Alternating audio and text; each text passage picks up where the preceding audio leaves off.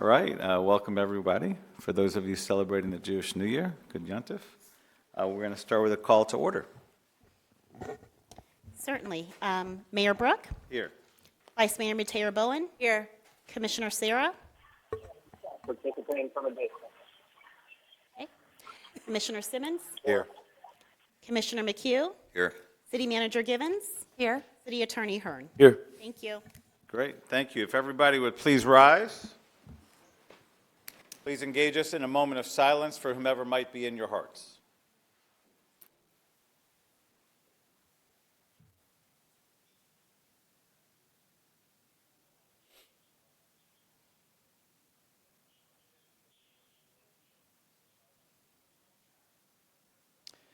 Thank you all so much. We have several pledgers with us tonight.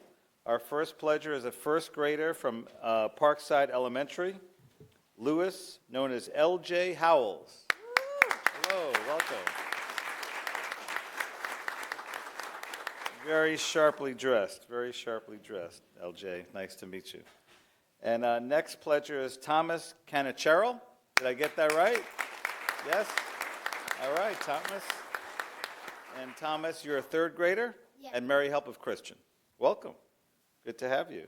Our third pledger is an Eagle Ridge Elementary student in fourth grade, Joseph Gonzalez. Welcome, Joseph. And our fourth pledger is a fifth grader, Miles Falk from Renaissance Charter. All right. Well, we're happy to have you all here, and on the count of three, we'll have you guys lead the pledge. 1, 2, 3. I pledge allegiance to the flag of the United States of America and to the republic for which stands one nation, under God, indivisible, with liberty and justice for all. Very good, very good. We have some gifts for you. Everybody can be seated but the pledgers. The commission's going to come down and greet you, and we're going to take a couple pictures. You got it. Great. So you have 4, right? Great. Yep. Jay, this one's for you, buddy. This is for Miles. Last pledger. All right, Thomas. You're the only one I didn't meet. How are you? You look great. How are you, Thomas? Awesome. Absolutely awesome. This is for you. Says I led the pledge. You're welcome. It says I'm Great. We're going to get a picture with all of you, and then we all want to shake all of your hands. Sound good? You look familiar, Miles. Do I know you? How do I know you? Mayor for the day. All right. Awesome. Great to see you again. All right. I'm going to go in the middle, and let me come in here. We're going to put that paperwork there. We're going to turn around. All right. Good. Yeah. You're going to bunch it up. You don't want it, you want them to see your shirt? You gotta hold it up. Oh, it's upside. There we go. There we go.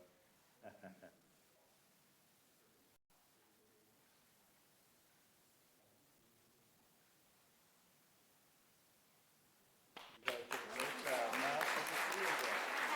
Congratulations, Thomas. You did a great job. Nice to meet you. You were loud and clear. Very good. Very good. Nice job, buddy. Good job. We're happy to have you all here.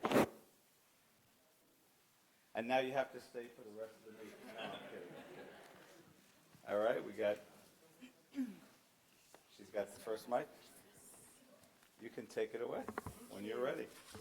Thank you, Mr. Mayor. I would like the individuals from the Miccosukee tribe to come on up, please. Yes. Hello, brother. Stand up right here. Welcome again. Yes. Stand in the middle. Welcome again. Yes. Stand in the middle. Yep. Stand in the middle. Perfect. So this proclamation is to recognize Indigenous Peoples Day. This request is to acknowledge Indigenous People Day. We recognize the bravery of Indigenous peoples, express our gratitude for their many contributions to our country, and reaffirm our dedication to respecting tribal sovereignty and self-determination. This day is celebrated nationwide in the United States on the second Monday of October. The Miccosukee tribe of Indians of Florida has been at home in Florida since the immemorial descendants of indigenous peoples who resisted assimilation in Florida's mission system and welcomed refugees from the Creek Nation. The Miccosukee were pushed into the southernmost lands over half a century of guerrilla warfare with their Seminole allies. While most of the Seminole allies was removed to Oklahoma, about 100 to 200 Miccosukee and Seminoles, led by Abiaka, thank you, refused to surrender and took refuge in the Everglades, where the Miccosukee tribe remains to this day. On January 11, 1962, the U.S. Secretary of the Interior approved the Constitution of the Miccosukee Tribe of the Indians of Florida, officially recognizing the tribe. This legal act confirmed their tribal status and established them as a sovereign federal recognized nationally within the U.S. Today, Indigenous people serve as a beacon of resilience, strength, and perseverance, as well as a source of incredible contributions. Their diverse cultures and communities are a testament to the unshakable and unbreakable commitment of many generations to preserve their cultures, identities, and their right to self-govern.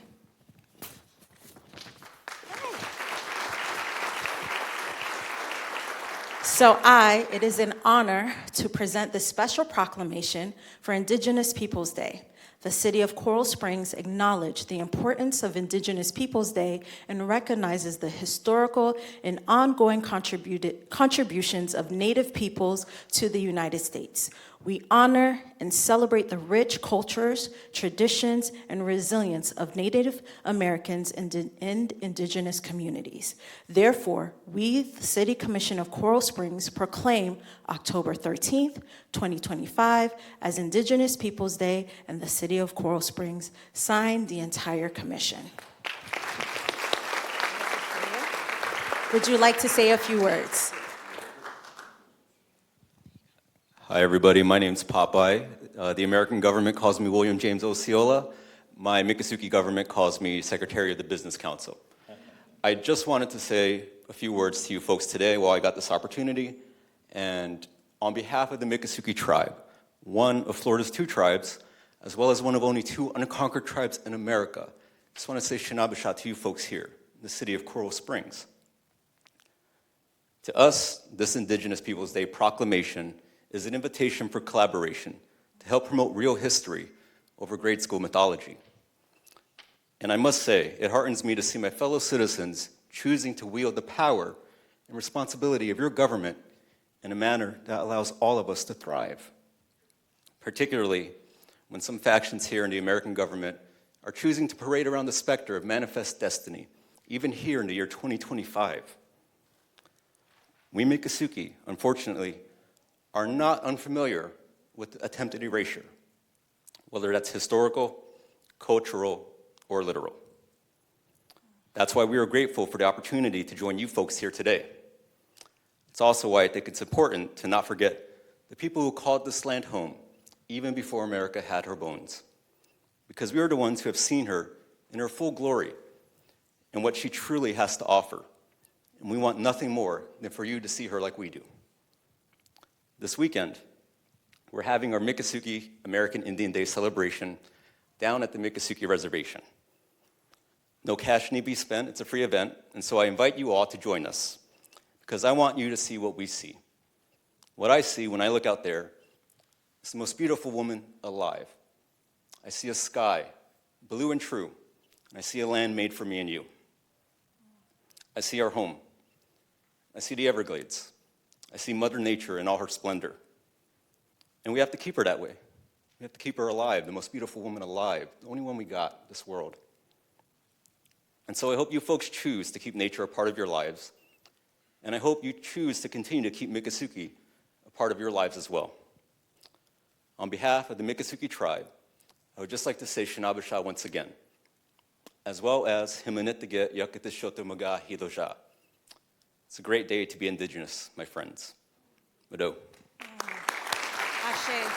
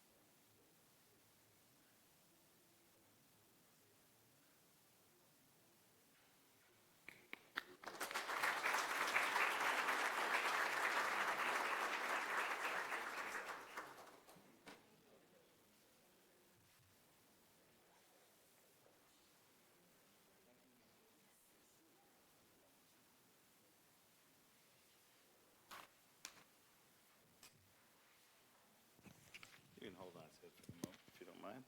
So we're going to call on down the fire chief and his team as we're proclaiming October 5 to 11 as Fire Prevention Week in the city of Coral Springs.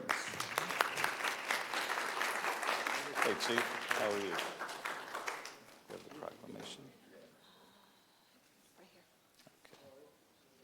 Great, thank you. How are you? Good to see you. How are you?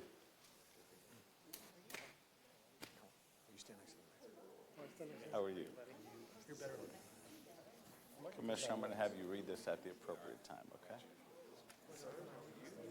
Doing great. How about yourself? Wonderful. How are you? Good to see you. I'm going to make it to your retirement ceremony, Stephanie. I'm going to make it there. All right, let's go, buddy. I wouldn't miss it. It's all right. I love it. Absolutely. How are you? Hey, Sophie. All right, all right. So I'm going to share a few words and then hand over the mic to the chief. The description is since 1922, the NFPA has sponsored the public observance of Fire Prevention Week. In 1925, President Calvin Coolidge proclaimed Fire Prevention Week a national observance, making it the longest-running public health observance in our country. During Fire Prevention Week, children, adults, and teachers learn how to stay safe in case of a fire. Firefighters, as you know, provide life-saving public education in an effort to drastically decrease casualties caused by fires. This year's theme is Charge into Fire Safety, Lithium-ion Batteries in Your Home. Let's give it up for our chief. Thank you, Mayor. Thank you, everybody, Commission, and of course, my amazing team that joined us here tonight. Just real quick, I just want to say this is a year-round event for Coral Springs Parkland Fire Department. Fire prevention is one of the things that is at the top of our priority list, and the top of our strategic plan is preventing fires so you don't have to deal with it. We do prevention on it. But my team here, our fire marshal, I'm going to let speak here in a second. This is their team that does all of the work out there that behind the scenes that you don't see. I'm going to let Harold Acalde, our fire marshal, talk about that a little bit. Good evening. Excuse me. Good evening, everybody. My name is Harold Alcalde. I'm the fire marshal of the Coral Springs Parkland Fire Department. I'm honored. Put the mic a little closer, if you don't. A little closer. I'm honored to accept this proclamation recognizing the Fire Prevention Week 2025. Like the mayor said, this year's theme is Charge into Fire Safety, Lithium-ion Batteries in Your Home. It highlights a growing concern that we have in our community because you've seen in the news where these batteries sometimes react differently and can create fires. What this proclamation is, or this year's statement is, just be safe. When the batteries are no longer usable, dispose of them properly, get rid of them, don't keep them in your home, don't charge. If they start to get hot, if they start to expand, properly dispose of your batteries. Please understand that fire prevention is a responsibility that we all share, all my colleagues up here, as well as the community. By raising awareness and working together as a community, we can reduce fires and save lives throughout the community. Also, this upcoming October, we're going to have some different events throughout the city, but the main one that we're going to have is at Coral Square Mall, the north parking lot. We're going to have October 11th from 10 a.m. to 2.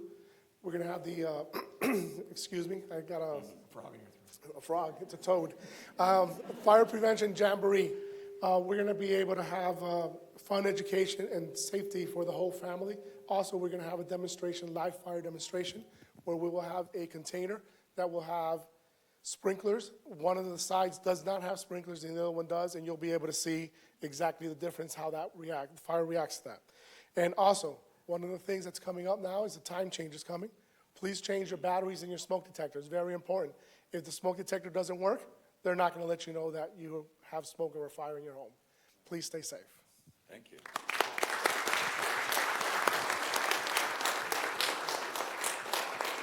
So basically, don't record videos for the gram with that beeping sound in your background. You know who you are. This is a special proclamation for Fire Prevention Week. The City of Coral Springs is committed to ensuring the safety and security of all those living in and visiting our city. As we proclaim Fire Prevention Week, we encourage residents to take personal steps to increase fire safety in the community by adhering to this year's theme, Charge into Fire Safety, Lithium-Ion Batteries in Your Home. Therefore, we, the City Commission of Coral Springs, proclaim the week of October 5th through the 11th, 2025, as Fire Prevention Week in the City of Coral Springs, signed by the entire commission.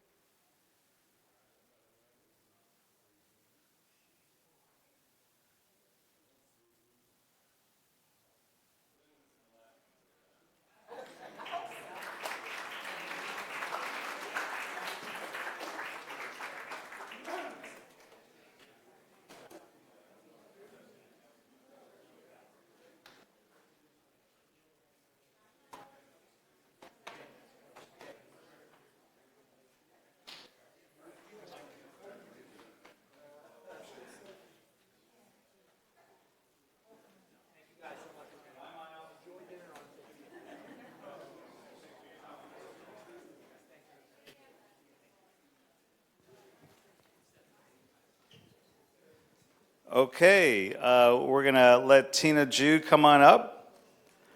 Proclamation for National Community Planning Month. Come on down with your team.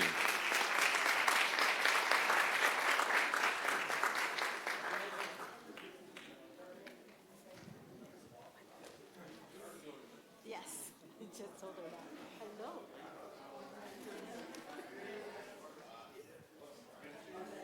How are you? Good to see you. Very good. Tina, welcome. Thank you. How are you? Hi, good to see you. Hello, nice to see you. How are you? Good. Good. Good to see you. I haven't seen you forever. Hi, how you doing? Hello, Casey. Commissioner McHugh, I'm going to let you read this at the appropriate time. Great. All right, I'm going to share a few prepared words and then hand over the microphone to Tina. This month of October of 2025 is National Community Planning Month in the city of Coral Springs. The National American Planning Association has declared the month for National Community Planning Month, and each year, the members, chapters, and divisions sponsor this month to raise the visibility of the important role of planners and planning in communities across the United States. How many of you did not know that we were a master plan city all the way back in the day? You did not know. You're the only one that was candid. Thank you. Because the gentleman next to you certainly didn't know. He wasn't even here. The Community Development Division currently includes 15 staff members. Throughout the last year, the division has processed over 43 site plans for new development, more than 5,000 building permits. How much is that per day? A lot. And managed over $2 million of grant funds. Staff initiated our land development code changes to help businesses within our city and established mortgage and rental assistance programs, which we love, all while continuing to conduct site plan, permit review, and inspections. They continue to work on neighborhood partnerships. They provide support for our CRA, for the public art program, for the CDBG, state initiatives for partnership, and that which funds the city receives. They do an amazing job. They're probably understaffed. They're certainly underknown, but we are happy to present you, thank you, and feature you during National Planning Month. Congratulations and thank you.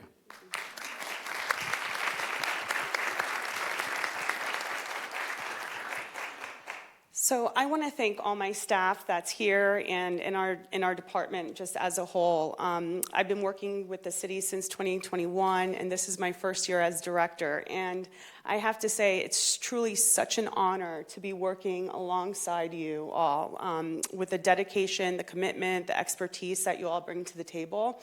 It's bar none better than anyone in Florida. I'm so blessed to be here next to you. Thank you. Awesome. We're happy to hear that. Please give it over to Joe. So this is a special proclamation, National Community Planning Month. The celebration of National Community Planning Month gives us the opportunity to publicly recognize the participation and dedication of the members of the planning commissions and other citizen planners who have contributed their time and expertise to the improvement of the city of Coral Springs. Therefore, we, the city of Coral Springs, proclaim October 25th as the National Community Planning Month in the city of Coral Springs, signed by the entire commission. And I can tell you, I've personally worked with all you guys in several committees while I was in the police department, and I'm super proud of the job you do, and you actually make the city a better place to live, for sure. Thank you.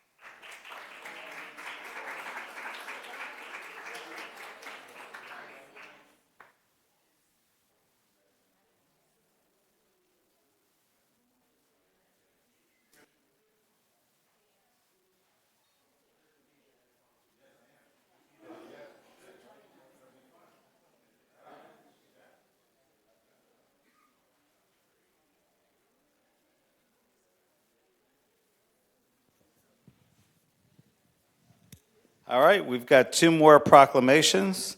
The next one is for National Code Compliance Month. Woo! Yeah, baby.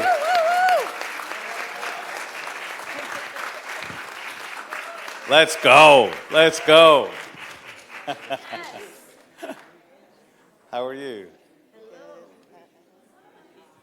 How are you? It's about time you had a month, right? How are you? Good to see you. So code compliance is one of the greatest things in our city, although some people may not admit to it. Why is code compliance so fantastic in our city? Well, when you look around our city, one of the things that makes us special is the aesthetics appeal. But another thing that makes our city special is the safety. So code helps on both ends. And while they may not always be appreciated when you walk to a door or render a citation or render advice, I can tell you the vast majority of our city appreciate you much more than they might tell you. So this is your month. So let's go. The Code Compliance Division provides for the safety, health, and welfare of the citizens in this community through the enforcement of codes and ordinances, which also help to preserve and enhance the aesthetic citywide. The division also supports development in the city by working with businesses and outside agencies to educate businesses on laws, on regulations, ordinances, and by processing business tax receipts, applications in a timely manner. The American Association of Code Enforcement has declared the month of October to be set aside by local governments to honor and recognize their Code Compliance Division. So let's give them another round of applause. And would you like to share a few words before Vice Mayor reads the proclamation? Thank you, City Manager. Thank Thank you, Commission. Thank you, Mayor. I'm Anthony Flores. I've been the city's code manager now for a little bit over 3 months. I've been with the city now for about 3 years. So I'm really excited in my new role. And I just want to focus my attention on our team. Like Tina, I think I have the greatest team in the city and in the state. Like the mayor was saying, our work really does go unnoticed, and we're happy about that. We like that, and we like the work that we do. You know, we're unsung heroes. We play a vital role in keeping the city beautiful, keeping our quality of life up, and our property values up as well. Yeah. I just want to say thank you. Our pleasure. So it's an honor to present this special proclamation to National Code Compliance Month. In recognition of your efforts to provide a safe, healthy, and aesthetically beautiful place to live and work for the citizens in this community, we commend you for the hard work and dedication you perform every day through the enforcement of important city codes and ordinances. Therefore, we, the City Commission of Coral Springs, proclaim October 2025 as National Code Compliance Month in the city of Coral Springs, signed by the entire commission.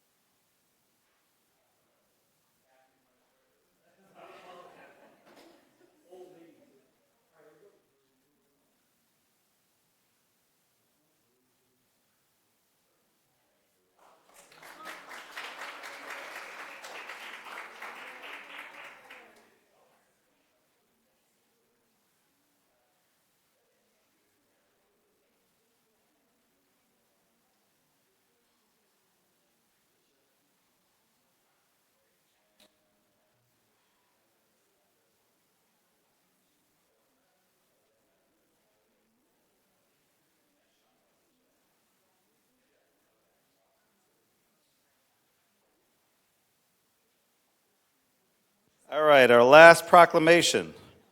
And Sean's going to be sharing a little bit on the line. He's on the line. We are proclaiming September 28th, 2025 as Good Neighbor Day in the city of Coral Springs. And I'm very excited about this. We have a lot of good neighbors, and we need to be neighborly.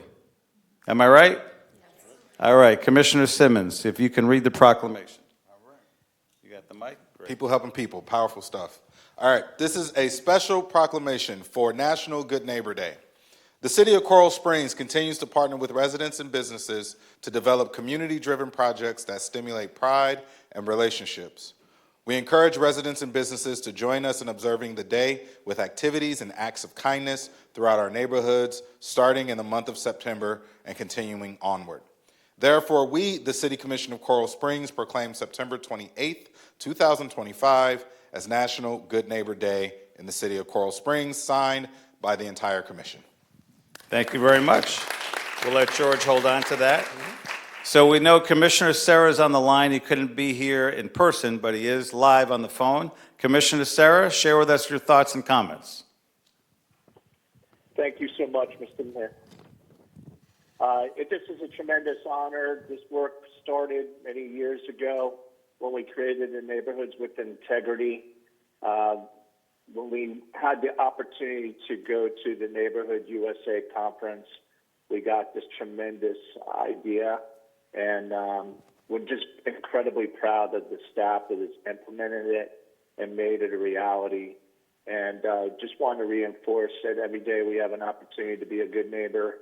We hopefully can strive to do that on a day in and day out basis while really trying to make our community as great as it can be. So I just want to thank the entire Neighborhoods with Integrity group, as well as all those that are in front of you today, for their hard work in making this a great initiative, one that can make a legacy change for our community. Thank you. Thank you, Commissioner. Would you like to share a few words? Sure. No, Commissioner Serra stole a lot of my words, but that's okay. I just want to thank everybody on this team. Does a tremendous amount of work. You may not see it, but our Neighborhoods with Integrity programs, we've had 8 programs in the neighborhoods and some other ones that we tag along on other programs. But we also have our neighborhood preservation programs where we have some money available for HOAs who want to beautify their complex and stuff. And it's great work. If you want to organize your neighborhood, reach out to us. And by the way, it is National Good Neighbor Day, so you don't need government to help you with that one. You can go and say hello to your neighbor and get to know them. But they do tremendous work. They're part of Development Services, which is the planning section that you just saw. All these last 3 presentations were all Development Service. And I can tell you, the group is tremendous. So we appreciate it. Thank you very much, Commissioner. Thank you, George. Thank you so much.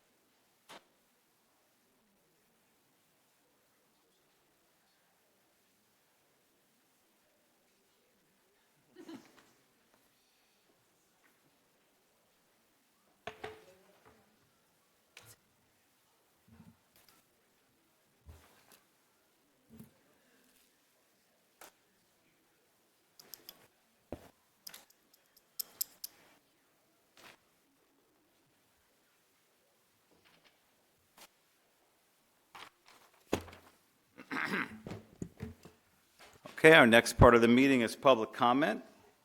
Who do we have signed up to speak? Georgia? Mayor, we have no signed speakers. Okay, would somebody from the public like to be heard? I mean somebody other than Joe. No, I'm teasing. I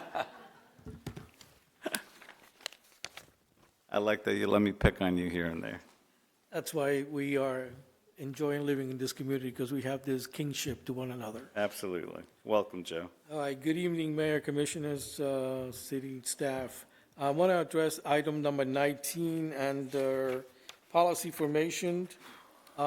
This rate that will be voted on would only affect residents that pull water from the city of Coral Springs, which is approximately 75,000 residents or so. So my ask is, once this is passed, what would be the comparison to both CSID and NSID rate for the same services, meaning water and sewer, that those 2 entities are providing? I believe that was going to be a disproportionate rate higher that we in the center of the city that draw water will be paying relative to those 2 other entities. And I understand that we are building a new water plant, but I think those 2 groups took the initiative many years ago to look ahead and address the need for a much efficient water plant system.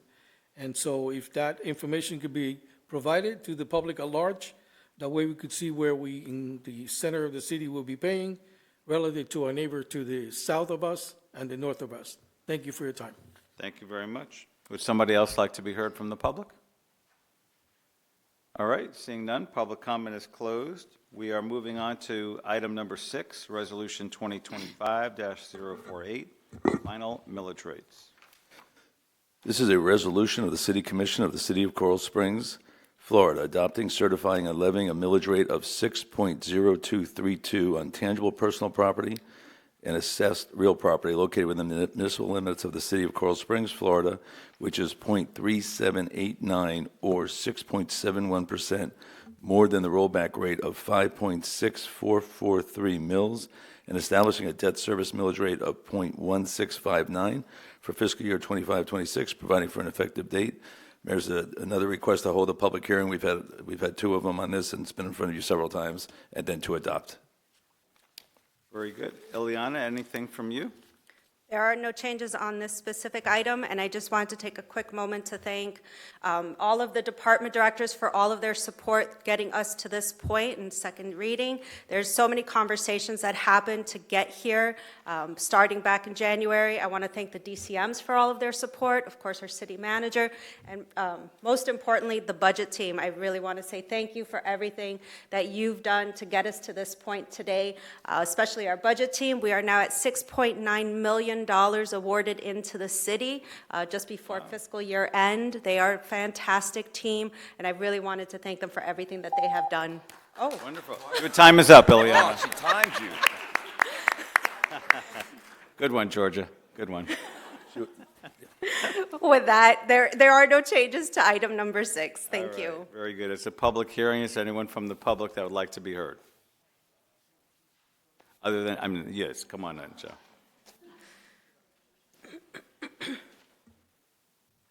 Welcome back, Joe. Thank you. If I may, Mr. Mayor, since there's no other resident here that wants to speak, I am trying to act on behalf of our residents to have lend a little voice to what's going on here. So I apologize for my frequency being up here. Nothing to apologize about. Okay. Good evening once again, Joe Morera, 3275 Northwest 114th Lane.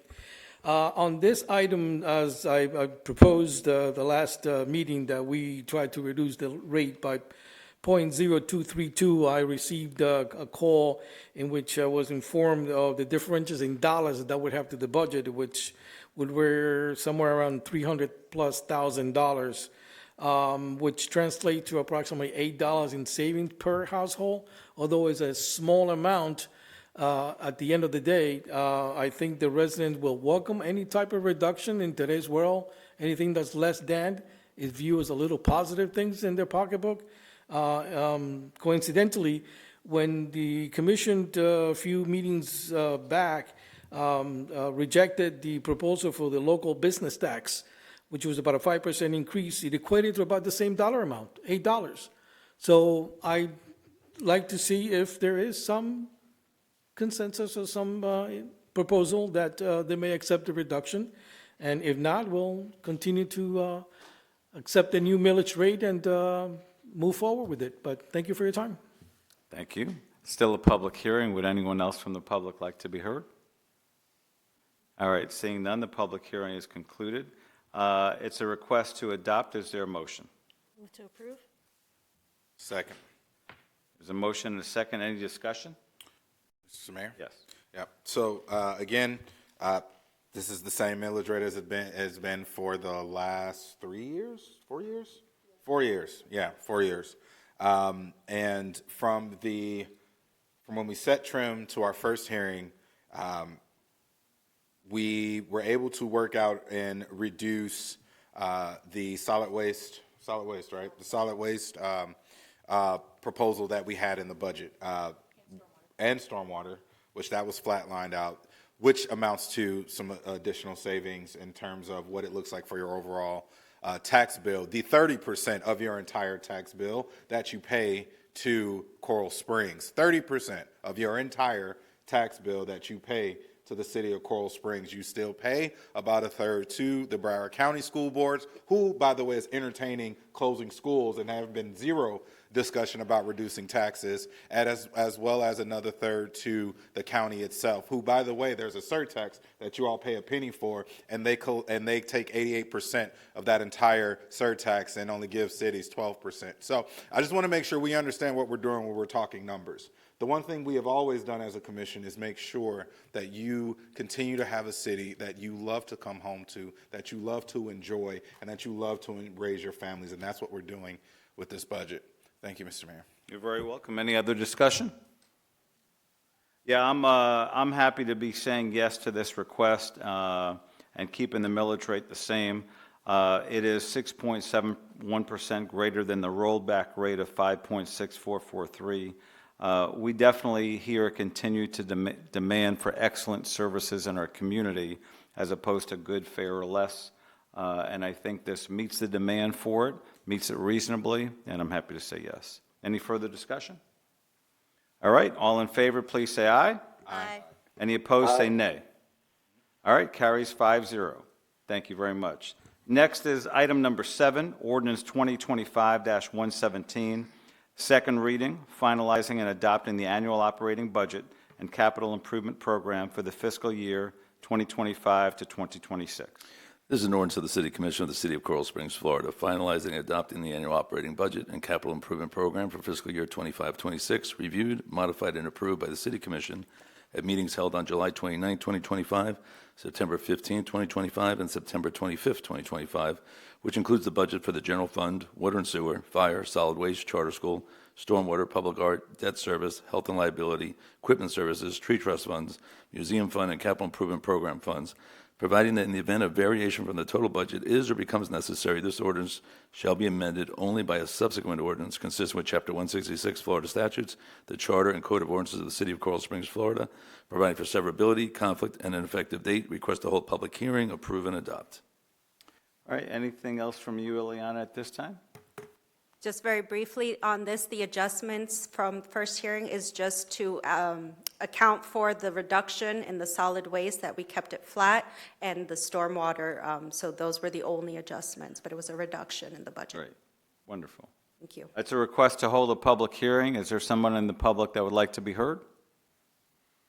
All right, seeing none, the public hearing is closed. It's a request to adopt. Is there a motion? Move to adopt? Second. You want to give it to Joe? All right. Commissioner McHugh has the second. And is there any discussion? Again, I want to thank the budget team for all your work this year and coming up with the budget, and then even, between first and second reading, being able to lower a couple of rates. We appreciate it. Any further discussion? All in favor, please say aye. Aye. Aye. Carries unanimously. Next is item number 8, ordinance 2025-111, first reading, amending Code of Ordinances, Section 18-5.3, prohibition of operation of motorized vehicles, including but not limited to mopeds and go-peds on sidewalks or bicycle paths. This is an ordinance of the City Commission of the City of Coral Springs, Florida, amending Section 18-5.3 of the Code of Ordinances of the City of Coral Springs, entitled Prohibition of Operation of Motorized Vehicles, including but not limited to mopeds and go-peds on sidewalks or bicycle paths, providing for conflict, severability, codification, and providing for an effective date. Request to hold public hearing, approve, and set second reading. Being that this is a public hearing, is there anyone in the audience that wishes to speak? Yep. Please state your name and address for the record. And I'll apologize because I've never been here before. I mean, I've been here a couple of times, but I've never stood up. So my name is Sapir Roth, or Sherry Roth is my legal name, and I live at 11727 Northwest 47th Drive in Coral Springs. I've been living here for just 20 years now. I wanted to say that a lot of these motorized vehicles, scooters and whatever, e-bikes are riding on sidewalks, and I have almost killed 2 people because I don't know which way they're coming from. And I understand that these are really good methods of transportation for various reasons that have already been mentioned in other places, but I would like to say that if I were going to ask for approval for this, I would ask that people who are going to be riding on these things ride in the direction of the traffic. Like if normally I look to the left So I would like to see them on their bikes coming from the left and not also from the right, because I don't have eyes on both sides of my head. So I really fear that there could be a lot of accidents if you allow people to be riding on the sidewalks in both directions. That's all I wanted to say. We appreciate you sharing with us. It's still a public hearing. Is there anyone else that would like to be heard?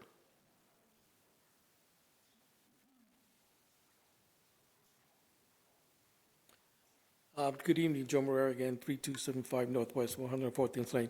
As you have been aware, I've been speaking about this potential ordinance now for quite a while, and the same concerns still are there for me. However, I do appreciate very much the fact that additional language is being added to the proposed ordinance that will hopefully increase the amount of safety by reducing the miles per hour that an individual, if they were to be riding on the sidewalk, needs to go down to 5 miles per hour to avoid that 50-mile-hour collision. But the only concern that still exists for me is that pedestrians have no other options other than sidewalks to walk on. That's their safety net per se. So if we now include some type of motorized vehicles, that's an additional concern that they will have to encounter. In addition to this, the issue of potential accident, if that were to be one, the city is protected due to suffering immunity. But however, the parent of that minor child, or whoever it is, will have to be exposed to the liability insurance of that accident. And they're going to be in a shock once they get into that level of litigation, if unfortunately that were to be the case. So I'm hoping that maybe that it's also taken into consideration as you vote on this resolution, or ordinance, I should say. Thank you very much for your time. All right, thank you. Is there anyone else from the public that would like to be heard on this item? All right, seeing none, the public hearing is closed. Brad? So I appreciate the comments from the public, and I guess maybe I can address a couple of those and what's contained in the ordinance. So really, why are we doing this? Again, we know that this is new technology, and there is a balance there of safety and use. They're not going to go away. And the scope to the comments made by the first resident, remember, this is very limited in scope of what you can operate on a sidewalk. And the speed is reduced to a speed that is safe to operate so that you do have the time to react either on the scooter or as a motorist to be able to see them. And the speed is at a reasonable amount of speed that you have the time to react on both sides of that. And then furthermore, the slowing down to the pedestrian if they are using that sidewalk, because they're using them right now. Now that gives us the opportunity to do a little more enforcement if necessary.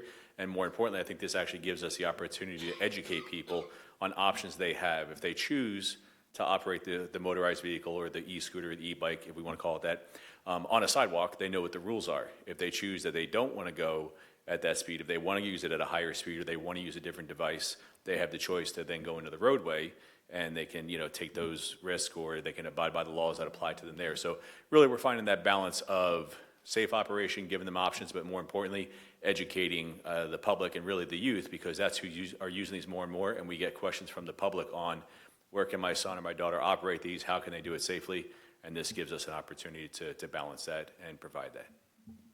Great. Thank you. Is there a motion on the floor? I move to approve. Okay.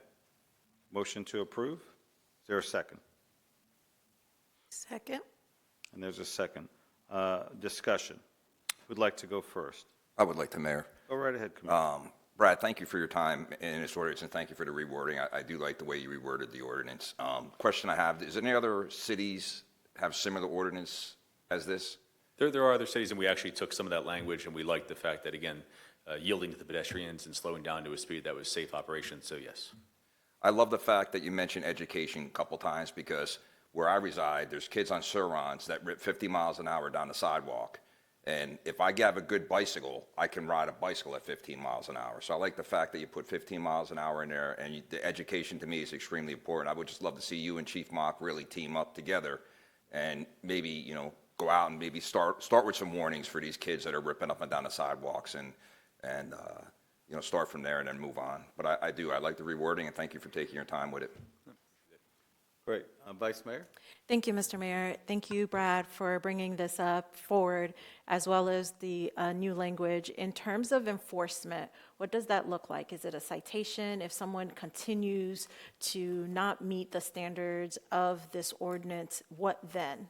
So it would be a city ordinance violation. It would fall under the, I believe, the $37.50 violation right now. So it's not a hefty fine, but it is one that gives us the ability to take that action and do some type of enforcement on that. And again, really, even if we stop them, we're hoping to be able to educate them to prevent that behavior in the future. Thank you, Mr. Mayor. Any further discussion? Mr. Mayor? Yes, Commissioner. Yes, thank you, and I'm glad that we're trying to address a growing situation. The good thing about local government is that we get to see this work out. We put this into place. Maybe it works. Maybe there's some tweaks. Maybe there's some things we have to do differently, but we have the ability to do that. It's all about monitoring, seeing how it works, what plays out, what happens, what comes as a result, and local government, we have the ability to review things a lot quicker than probably any other level of government to make some needed changes. Thank you, Mr. Mayor. You're welcome. Commissioner Sarah? Thank you, Mr. Mayor. I know a month ago when this item was brought forward, it didn't have a second to carry, and I appreciate the work that you did, Brad, because the additional language is putting me in a better position to support this. I know in our briefing we talked about the education campaign. Can you share with me once again, and along with my colleagues, what your vision is with the schools? Because many of our end users are students, and our hope is obviously that we get way in front of this school year started. So what is your vision along with April to get this messaging out? Sure, I appreciate the question. And actually, communication and marketing has already put together a couple of steps, and a couple of examples I'll give you based on that question is they have some palm cards that they've already kind of started working on to create that can be handed out. And as Commissioner McHugh mentioned, a video will be put together that can be shared at the schools, and we're also going to reach out to the principals to ask them if they will play that video as part of their ongoing messaging at the school for safety so that we can get that word out there. And we also have regular meetings with the superintendent for overall safety that we're part of, and we've had this discussion with them that if we make a change or we have some type of change to the ordinance, that we're going to work with them as well to push that message out to the schools in Coral Springs. Okay, and then as far as the first speaker that had a point about the safety and her two experiences, did I hear clearly that this policy would allow them to continue to come from both directions? Yeah, we're not restricting the direction in which you go, and again, I think in some situations it's not unreasonable to say that. But as she was speaking, I was thinking of different areas in the city where there are only sidewalks on one side of the road. So then you'd be asking somebody to either cross over mid-block or in an area. And again, really by going to the speed of 15 miles an hour, it gives you the opportunity to react, like I said, on both sides. That's why we reduced that speed to that and not kept it at the 19 miles an hour, which legally it still qualifies as a device, but we reduced that speed. Question is, Vice Mayor asked a question around consequences. What's to say that someone breaking the law, they have the $37.50 fine or citation, but what's to say that one of our residents were injured because of their actions and that they were going over the 15-mile-per-hour threshold? I'm assuming that the person that injured them would be responsible. I mean, I'm hoping that this never happens, but it needs to come with consequences beyond a $37.50 citation.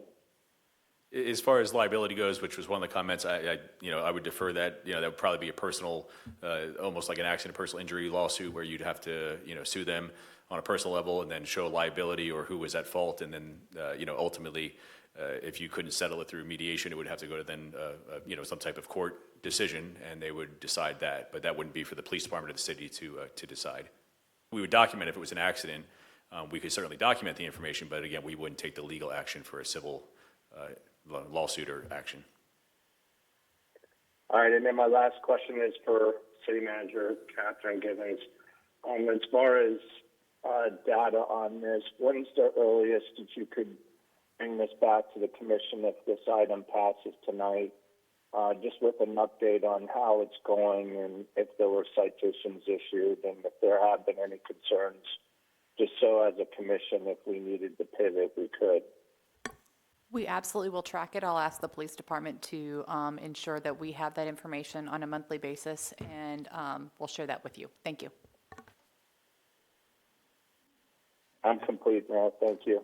All right, very good. Any other discussion before I share something? All right, so I just want to highlight for everybody here and listening at home, watching at home, subsection 1853C reads as follows for cautionary purposes. Any person operating a bicycle, micromobility device, or motorized scooter, as defined by this section above, shall yield and slow their speed to 5 miles an hour when they're within 25 feet of a pedestrian on the shared sidewalk. So to me, that seems very, very reasonable, and I look forward to seeing how this, is in effect, in actuality. So I'll be supporting it. And with that, all in favor, please say aye. Aye. Aye. Any opposed? All right, carries unanimously. Next up is consent, if I have it correctly. And are there any pulls? I'm pulling the minutes from the September 15 meeting. And just to correct a typo regarding A.J. Conjero. And there was one other pull I had, and now I've lost it. Let's see if I can find it. 13. Move the balance. Second. Any discussion? Mr. Mayor? Yes. In the consent, we are proclaiming Hispanic Heritage Month. We spoke about that at the previous commission meeting. We also have the National Arts and Humanities Month, proclaiming that as well for the month of October.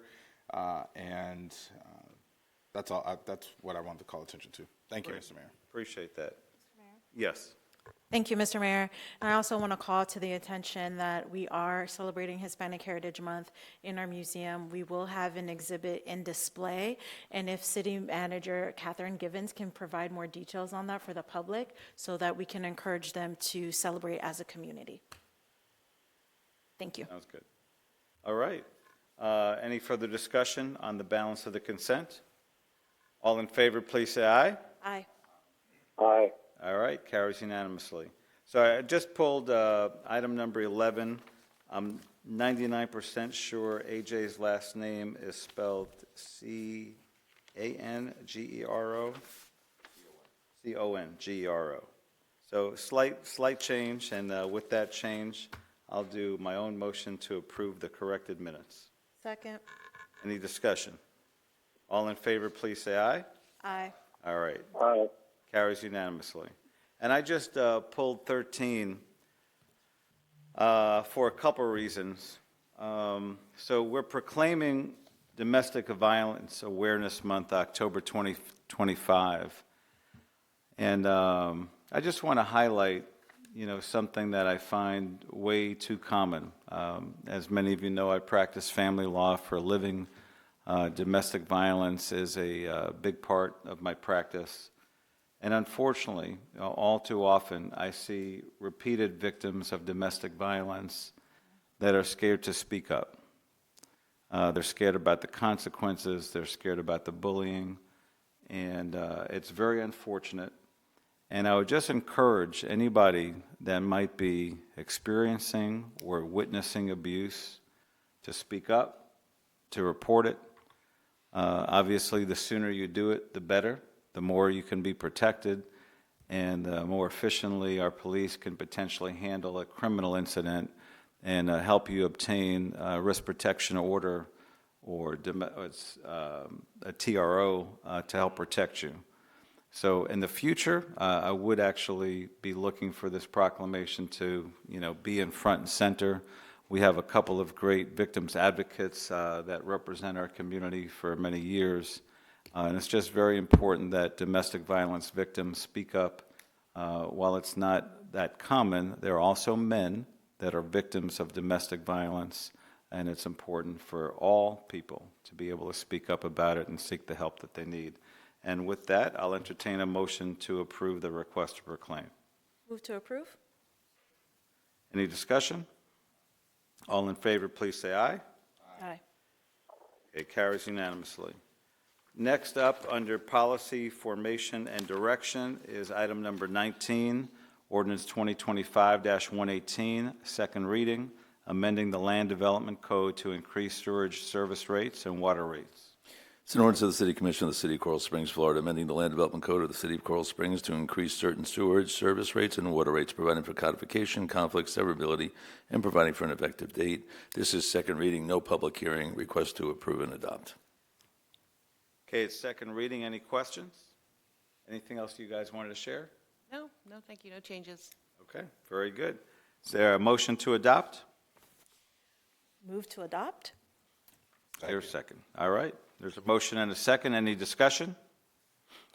All in favor, please say aye. Aye. Aye. Carries unanimously.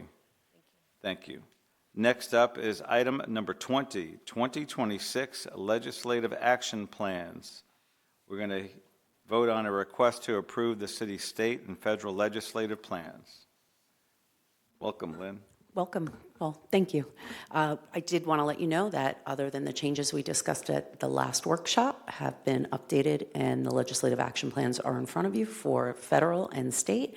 All of this has been a culmination of work between Amanda Wheeler and city staff, along with support from this commission, and looking for the commission's approval. All right, sounds good. Commissioner, Vice Mayor? Thank you, Mr. Mayor. I would like to second, but I would love to have discussion. We didn't even have a first. Move to approve. Second. All right, motion and second. Discussion, Vice Mayor. Thank you, Mr. Mayor. I know during my briefing, City Manager Catherine Givens and I spoke in regards to us going up to Tallahassee as a unit. I think that it is important as we go up to advocate for our communities and request appropriations that we do it as a united front.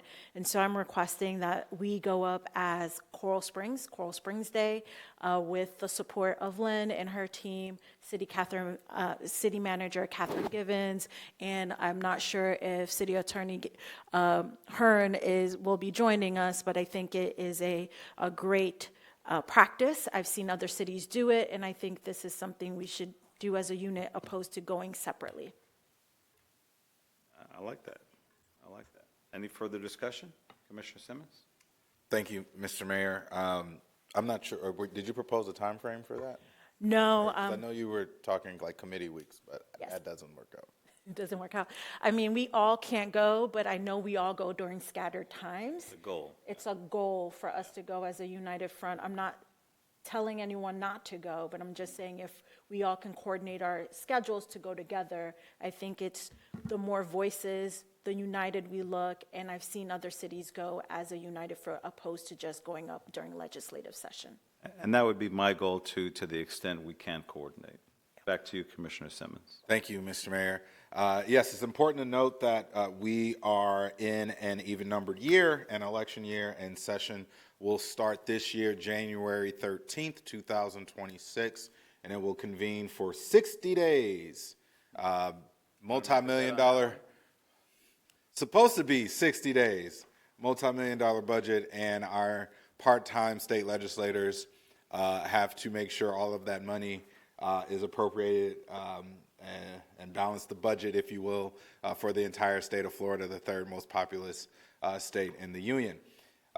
Please understand that we will always put attention to what's happening at the state because we have a very heavy-handed state legislature, and a lot of things that take place in the legislature affects you here in our beautiful city of Coral Springs. And so when we have to give you answers, why we can't do something or why we are limited in doing something, more than likely that's because we have received a new law or some kind of unfunded mandate, meaning things that we have to do that the state has not given us money for, but we have to make it happen, which may come at a cost to you, the resident. That's because that came from Tallahassee during a state legislative session. So please be mindful and watch with us. When it comes to the federal government, who knows?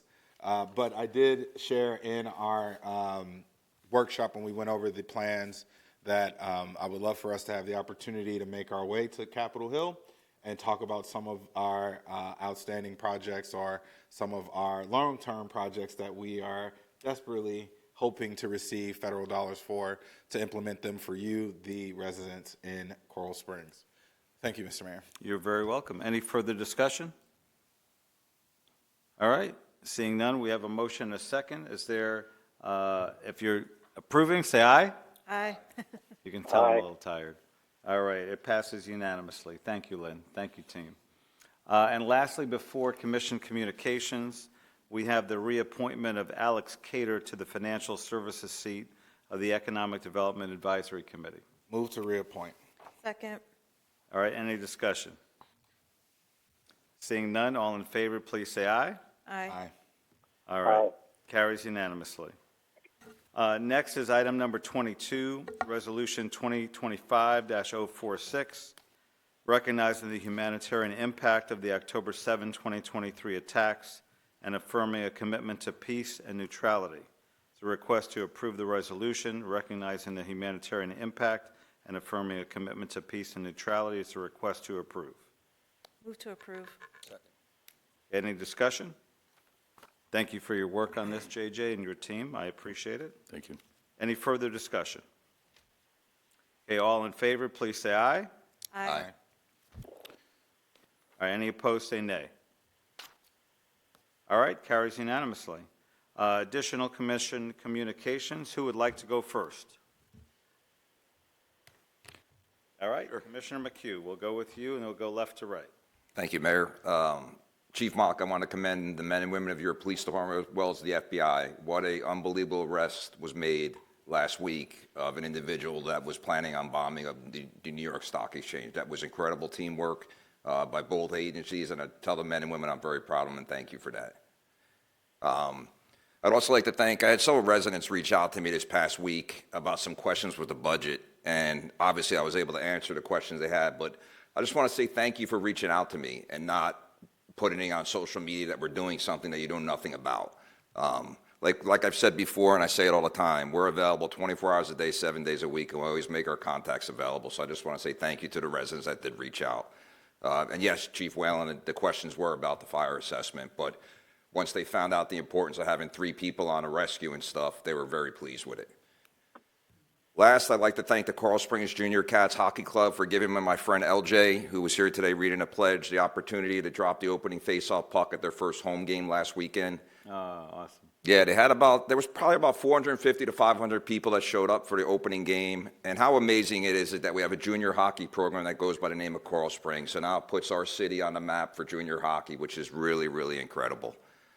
And as always, I can be reached at 954-740-1165 or my email at jmchugh@coralsprings.gov. And please follow me at CS Commissioner 5. Thank you. All right, you're very welcome. Commissioner Simmons. Thank you, Mr. Mayor. So I want to start by giving a couple of shout outs. I want to shout out the Jefferson Condo Owners Association for having me about a week ago come by and talk to them about some of the issues they're dealing with. I also want to give a shout out to Alex Hernandez, who was my partner in that visit, and we provided them some great information, and we heard some good ideas of where we could be more helpful to them, and I appreciate them wanting to understand and learn and talk with me at their community pool in the rain, which was great because I love standing in the rain. It reminds me of back when I used to play football when I was in Virginia Beach, getting Percy Harvin running a 4-3 on me. Anyway, all right. I also want to give a shout out to CTS Engines, congratulating them on their grand opening. We were there last night. I believe Dale, Julie, her son, Catherine, former city manager Frank Babinek was there. Joe was there. I didn't see him, but I heard he was there. He might have been checking out the engines or got sucked into one. But want to give them a big shout out. One interesting fact that we learned last night is the major double-decker Airbus jetliners, CTS Engines here in Coral Springs and one other location, not CT. I don't even know if it's CTS, but just another company in Dubai are the only two in the world that service those jet engines. So we have some incredible things happening in our Commerce Park. And I want to shout them out. They also had like the you have just won the NBA championship glitter cannon that went off, so that was pretty cool. I want to give another shout out to a grand opening we had, Nordstrom Rack. I went for the pre-opening. That was awful in terms of being there with my 3 babies and how packed it was in there, and I definitely still spent money, although it wasn't anything for me. My wonderful baby girls have learned the value of making sure dad pays for things, lots of things, without looking at price tags. They just want it. So that was awesome. Shout out to them. I know a lot of people are excited for that. I also want to give another shout out to Christian Early, who is an artist. He had a small pop-up event at our Museum of Art imitating the masters. Christian Early is an illustrator, a cartoonist, a painter, and he happens to have Down syndrome, but he has not let any of those challenges stop him from putting out art and giving other kids and other older artists the opportunity or the inspiration to live their dreams. So shout out to Christian Early and his mother who were there. And another last shout out, I want to thank Keith Fine, Mike McNally, and for helping me get to see the Cup this year. Unfortunately, was unable to see it when we had it here in the city, and I was able to go by during Community Day for the Panthers recognizing partners in there, and I got to see a couple other people that I knew there as well. So I'm very appreciative of that. That's a good memory to always have. So I have 2 statements before I wrap up. I just want to take a moment to reflect on what the budget that we passed tonight and those numbers truly represent. For me and for so many of us, this budget is not just a financial document. It is a reflection of our collective commitment to the community we have chosen to call home. When people ask me why I live in Coral Springs, one of the first things I always mention is the sense of safety. It is the fundamental reason why families and individuals choose to put down roots here. This budget ensures that we continue to have a world-class police and fire department, first responders who are always ready to protect our families, our homes, and our way of life. We invest in what matters most to us, our children and our families. This budget is a testament to that. It funds our parks and recreation, our recreational activities for adults, our community events, and the beautiful public spaces that bring us all together. These are the places where our children make lifelong friends, where we celebrate holidays, and where we build the memories that make a city a home. Look around our city, the meticulously maintained medians, the beautiful parks, the trees that line our streets. These are not happy accidents. They are the result of careful planning and a commitment of resources in our budget. It's about maintaining the aesthetic appeal and quality of life that makes Coral Springs a truly attractive and desirable community. This budget also looks to the future. It supports the economic development that attracts new businesses and opportunities to our city, and it invests in our downtown area to create a vibrant hub for all of us to enjoy. It is about ensuring that Coral Springs is not just a great place to live today, but a thriving community for generations to come. As a resident, I see these investments every day. I see it when my children play in our city parks, when I feel safe walking with my family in the evenings, and when I see our community come together for our wonderful events. This isn't just a budget that I voted on. It's a budget for my neighborhood, my family, and my future right here in Coral Springs. So let us remember that we did not just approve line items and expenditures. We are investing in the heart of our community. We are funding the quality of life, the safety, and the positive environment that makes Coral Springs a premier place to live, work, and raise a family. Wonderful. Thank you. I'm almost done. One more. Yeah, you know. No worries, I got you. I'm almost done. That stapler. That pages. No. I also want to speak tonight about not really any plans or policies, but just more about the very principles that underpin our democratic process here in our nation and in Coral Springs. The vital importance of freedom of speech and the equally vital need for civility in our public discussions. These are not competing ideals. These are 2 sides of the same coin. This is a conversation that is as old as democracy itself. In ancient Athens, the concept of parrhesia, or frank speech, was a cornerstone of civic life. It was the right of every citizen to speak freely and boldly in public debate, a freedom that made Athens unique. Yet as we saw the trial of Socrates, even the founder of democracy struggled with the limits of free inquiry when it challenged established beliefs. Socrates was condemned not for a crime, but for his relentless pursuit of truth through questioning, a pursuit that some found offensive to the city's traditions. This tension between freedom and conformity is a timeless one. The French Enlightenment philosopher Voltaire, in a sentiment famously attributed to him by his own biographer, gave us a powerful modern articulation of this ideal. I disapprove of what you say, but I will defend to the death your right to say it. This is the ultimate test of our commitment to free speech, to protect the right of our opponents to speak, even when we find their words offensive or wrong. Today, our public discourse is often defined by a new challenge, confronting speech that we believe to be offensive, biased, or based on cultural untruths. It is here that the balance between free speech and civility is most tested. Freedom of speech does not mean freedom from consequence, nor does it mean we must tolerate ideas that are patently false or harmful. Our legal system has long held that the best response to bad speech is more speech, not less. This is our civic duty. When we are confronted with offensive or biased statements, our role as engaged citizens is not to demand their censorship. Instead, we must meet these moments with a commitment to truth and reason. We must have the courage to speak up, to correct falsehoods, and to present our own counterarguments with clarity and conviction. This is how we push back against misinformation and prejudice, by filling the marketplace of ideas with better ideas, stronger arguments, and a commitment to shared facts. My message tonight is that our democratic health as a city and a nation depends on our ability to embrace both freedom of speech and civility. Let us use our freedom to speak out against injustice and falsehoods, but let us do so with the respect and grace that makes true dialogue possible. Let us hold ourselves and our leaders accountable, not just for what is said, but for how we say it. By doing so, we can ensure that our country and our city remains a place where every voice can be heard and where our disagreements can lead to progress, not division. Thank you, Mr. Mayor. You're welcome. All right, Vice Mayor. Thank you, Mr. Mayor. First, I want to start off by saying thank you to everyone who joined us in honoring National Day of Peace.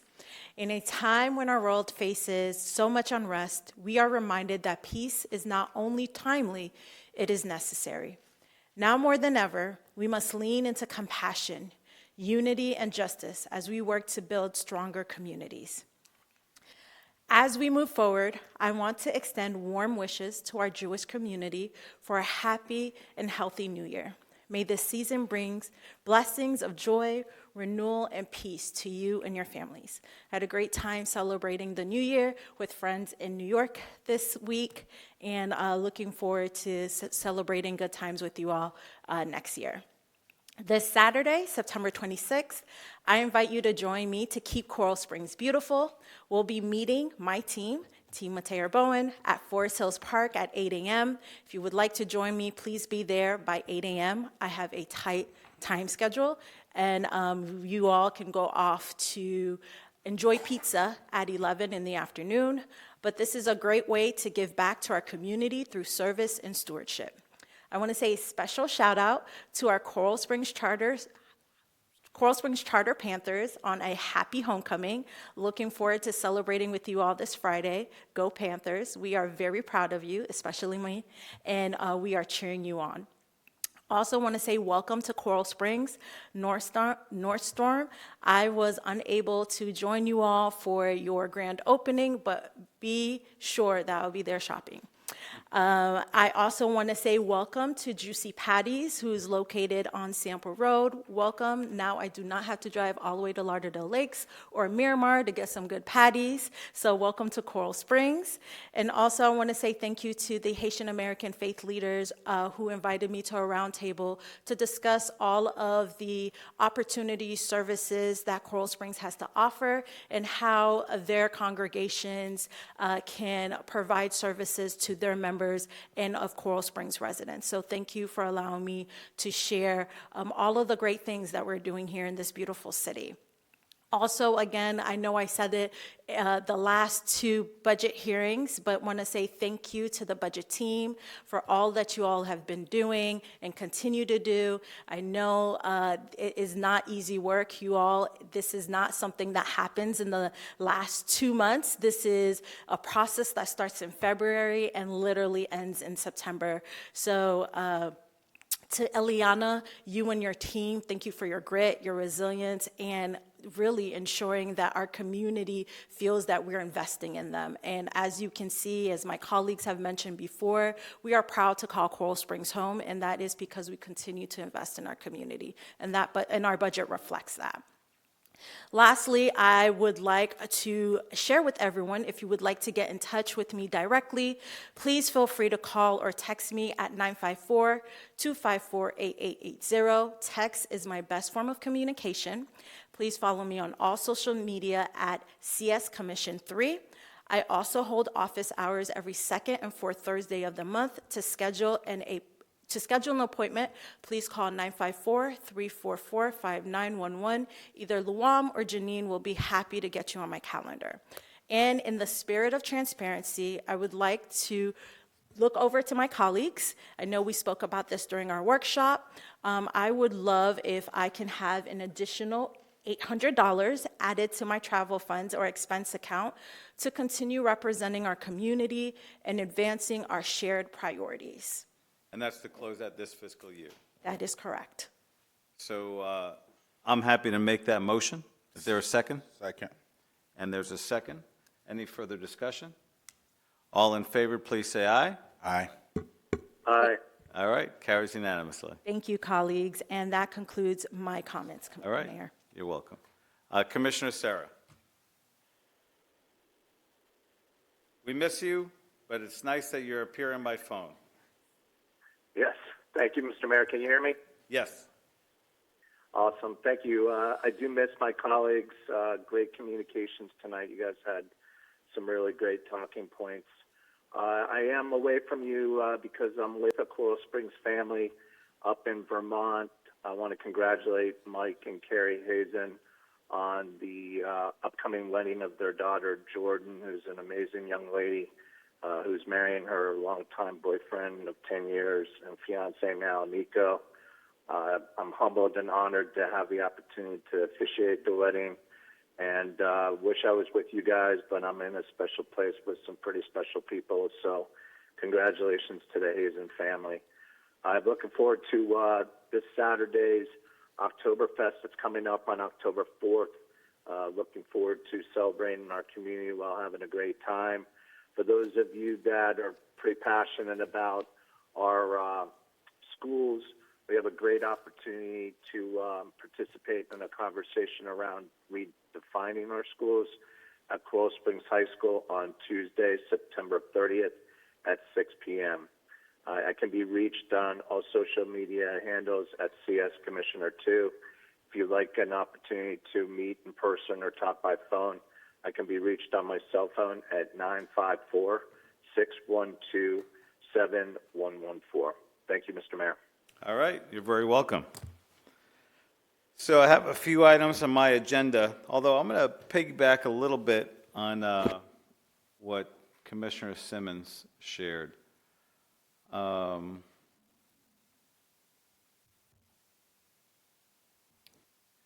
So I did a Facebook post not too long ago about the importance of unity. Yeah, it's been a theme of mine since 2018, really ever since I got on the commission back in 2002. And I probably shared this on the dais, I'm not sure. I definitely shared in my law firm when I talk about respecting each other's differences. I differ with my wife at least 4, 5, 6 times a day. We are married 27 plus years. I'm still crazy about my wife. We have ups and downs. But with our differences, we generally respect them. We certainly are able to have a conversation the next day.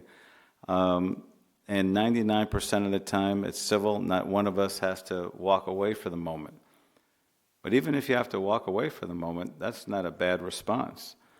But it's this, hate and division and derisiveness that really interferes with us having the best life we can. Now, we'll tell you, that First Amendment, it is free speech. Free speech includes hate speech. I'm not a fan of hate speech. I like love speech. I like to lead with love. But I want to tell you where the hate speech is not protected. I want everybody to know this. The First Amendment does not have a hate speech exception. Rather, such speech is covered unless it falls into a narrow category of unprotected speech. That's if the speech is a direct threat of violence against a person or a group, it loses its First Amendment protection. If that speech incites people to immediate lawless action, it is not protected. Harassment is not protected. Speech that crosses a line into harassment, that creates a hostile environment, can be restricted in certain contexts. So, one of the invitations that I've made, and I appreciate your comments, Commissioner Simmons, that I make to a lot of people, most people I know are not extremists that want to oppose people that don't have their viewpoint or their skin color or their choice of religion. Most are not. I invite you to speak up against the division. I invite you to highlight when there are respectful differences amongst anybody that you see. A lot of times lately I see these posts, one Republican president in the past, another Democratic president in the past, and how they're showing respect for the other side. One of the reasons that I mentor so many young people, probably in the course of a year, I don't know, maybe about 20 to 30 personally, another 20 to 30 through my leadership program, is I really want these young people to have this commitment to curiosity, and inquiry and learning, as opposed to a commitment to prejudice and hate. And, we happen to generally be a unicorn in Coral Springs. I'm sure I'm talking to the choir, but I'm also talking to you that, those of you that may be more on the silent side, don't worry, Aaron, I'm not looking at you, more on the shy side. And I just invite you all, if you come around, some people that are speaking in an offensive way, not necessarily make them wrong, but invite them that there might be another way. One of my favorite skits that I'm seeing on Instagram lately comes from Ted Lasso, and he's shooting darts. And the gentleman that challenged him to a dart game is very confident he's going to win. And really, up until the end, it looks like it's not going to be good for Ted.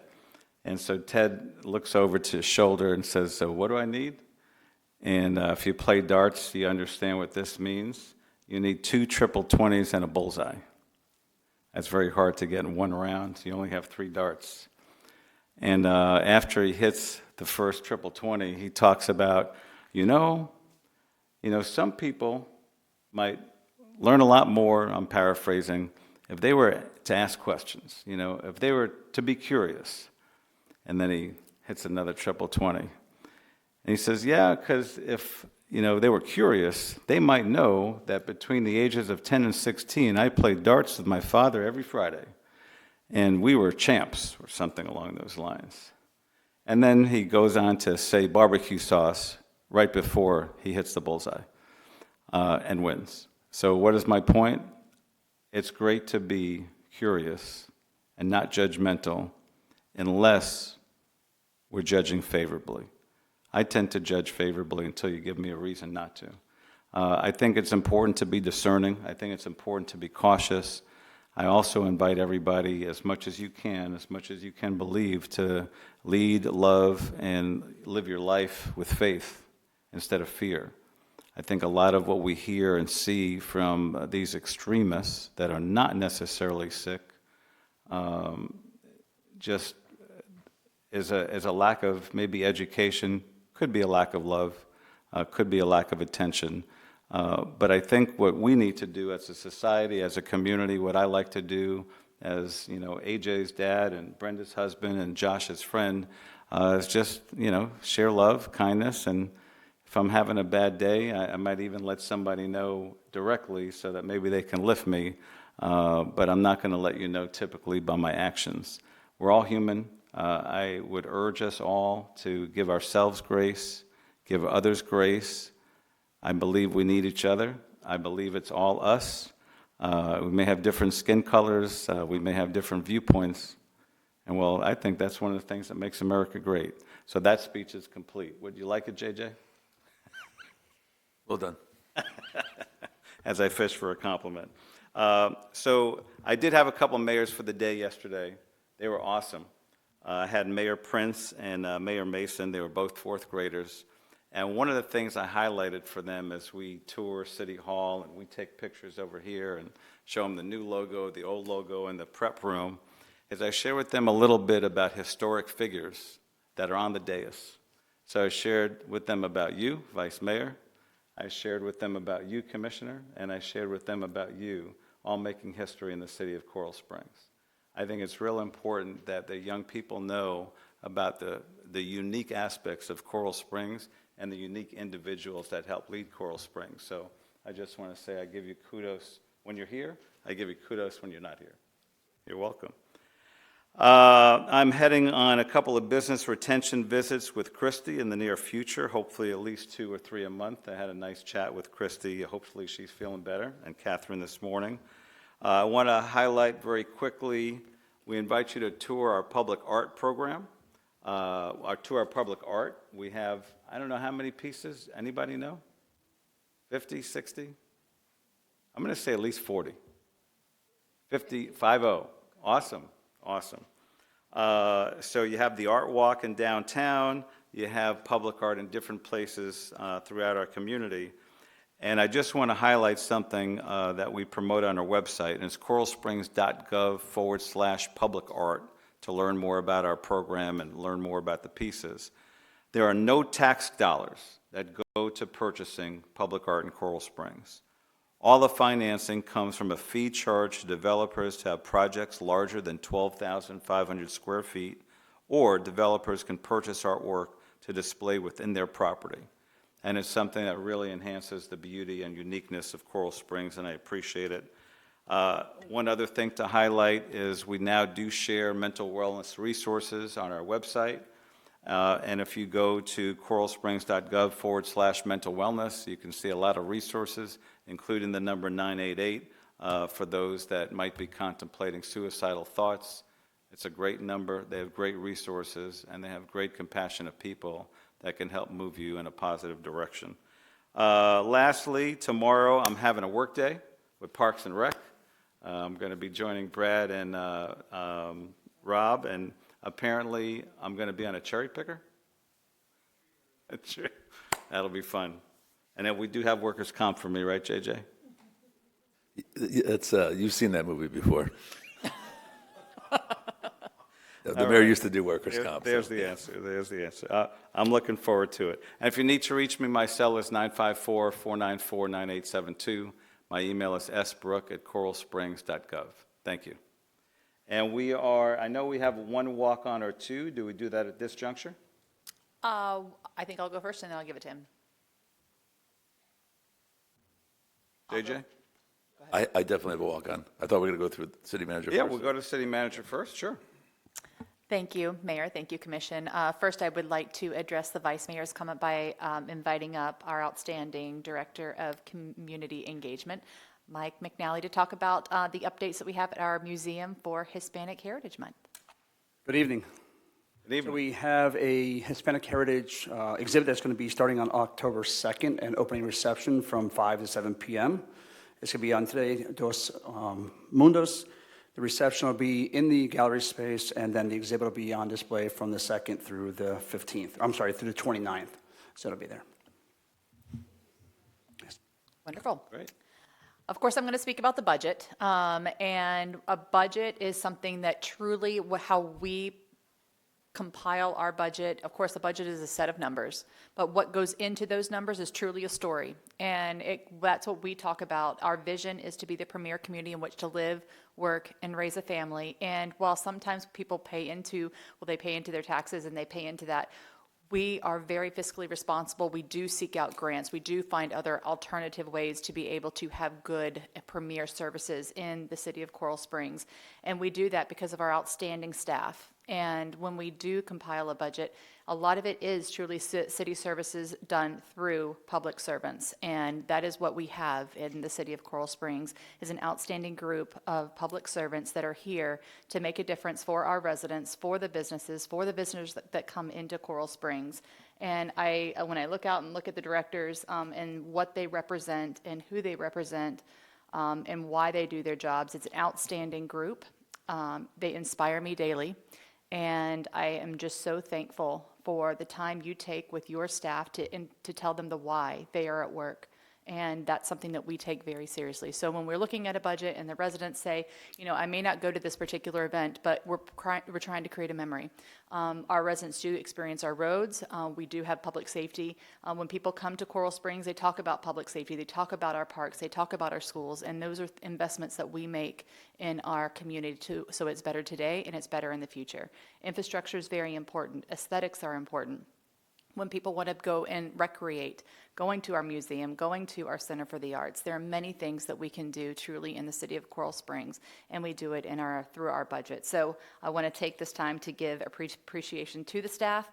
Thank you, Commission, for your leadership and what you are wanting to see in that vision for our community. And I just, again, special thank you to Ileana and her staff for are working so diligently throughout the year. She's already starting next year. Georgia, even this evening, has our calendar created for next year. We're ready to go. We're ready to see what more we can do for next year so we can try to go out for more grants and be able to assist our residents. So thank you very much. I do support this responsible budget. Thank you. I'd like to take a moment to highlight a couple items from tonight's agenda, again, to be able to continue the efforts to support the communities through fiscal responsibility. Item 15 represents an intergovernmental agreement that will generate over $1 million in new revenue. This revenue is important to offsetting some of those EMS services, helping us to maintain a high-quality emergency response without placing an additional burden on the general fund. So thank you very much for approving that item. Item 16 is an application for grant funding to support the city's new historic preservation guidelines. Item 17 deals with allocation of unexpected CDBG funding to support Meals on Wheels programs so that we can continue to support those who need food, especially over these next couple months within the holidays. So thank you very much to our development services team to be able to find ways to continue to provide that. And that was item 17. Last week, I have to say this, I had the honor of traveling with our fire chief and our honor guard and several members of our fire staff to Colorado Springs to attend the IFF National Fallen Firefighter Memorial. This annual event brings together families and fire service members from across North America to honor those who have made the ultimate sacrifice. This year, we stood together for Captain Gerald Ross, who was memorialized.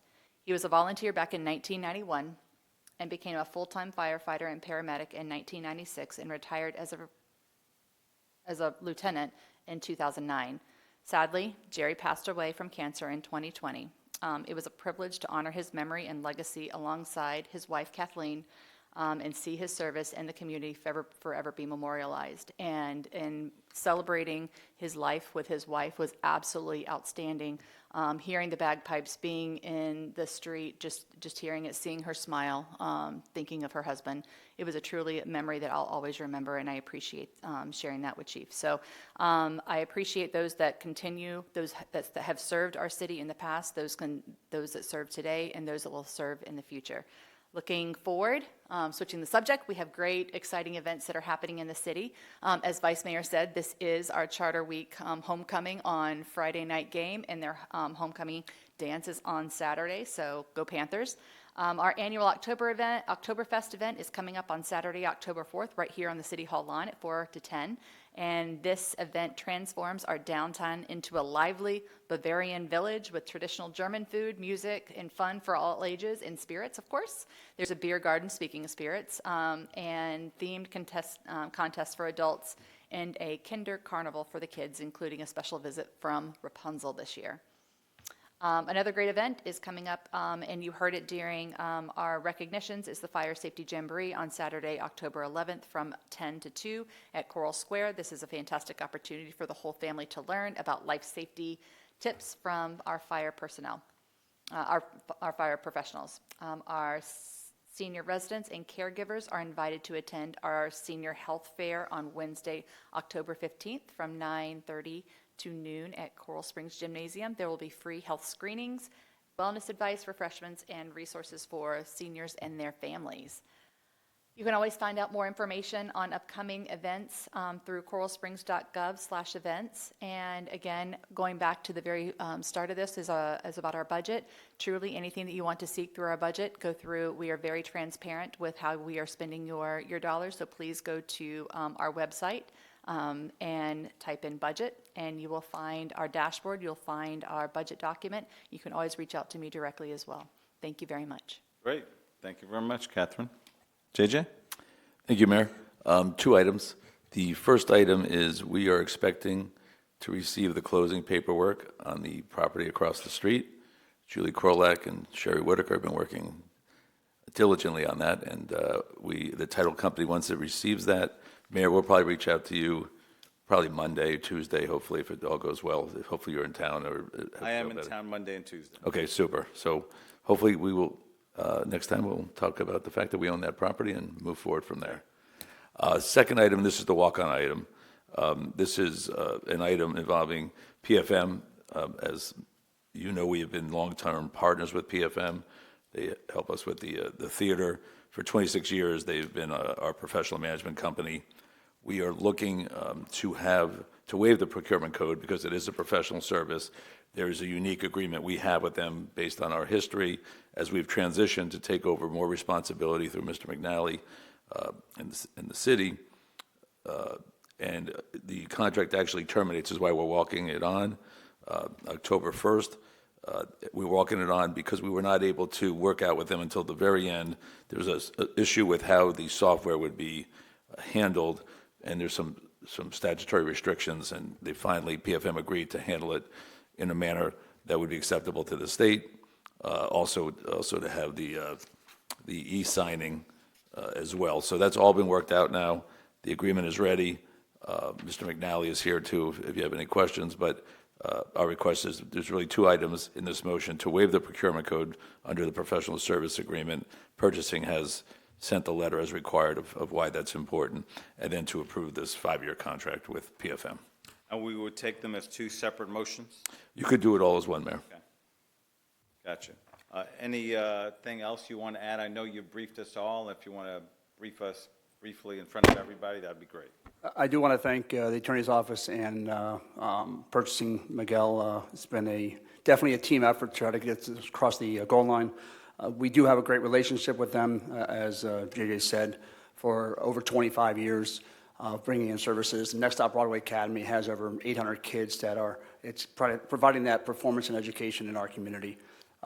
This agreement is a better agreement for the city. We have increased in our fees and associated items that will bring in and generate more revenue.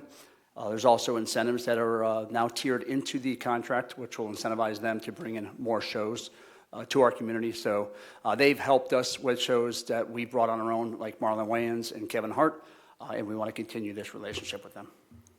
Great, thank you. Any questions for Mike? All right, seeing none, we've been asked to move the waiver as well as the procurement itself. Is there a motion to approve? Move to approve. Second. Any discussion? I'm very glad that you're able to work this out. I think it's very favorable. We have had a great relationship with them for a long time. I'm happy to vote yes. Any further discussion? All in favor, please say aye. All right. Any opposed, say nay. Carries unanimously. Thank you very much, and I'm sorry, but I'd like to also recognize, Mira's the general manager over there, and she does an amazing job out there. So we talk about a team effort and that relationship with PFM. She's been right at the table with us to make sure that this is a good deal for the city. So, Great, thank you. thank you. And that's all I have, Mayor. Thank you. All right. Our next city commission meeting is October 15. Again, for those of you that celebrate the New Year and Yom Kippur, we wish you a good, sweet New Year. Have a great evening, everyone.